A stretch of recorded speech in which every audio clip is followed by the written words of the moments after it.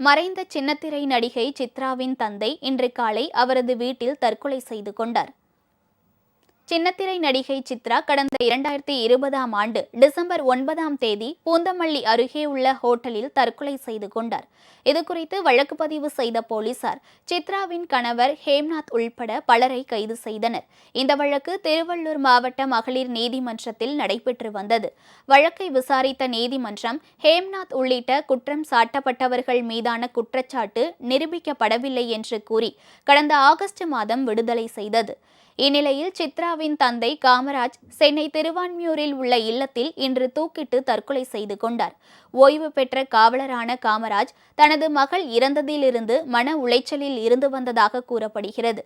அவரது உடலை மீட்ட போலீசார் உடற்கூறு ஆய்விற்காக மருத்துவமனைக்கு அனுப்பி வைத்து விசாரணை மேற்கொண்டு வருகின்றனர்.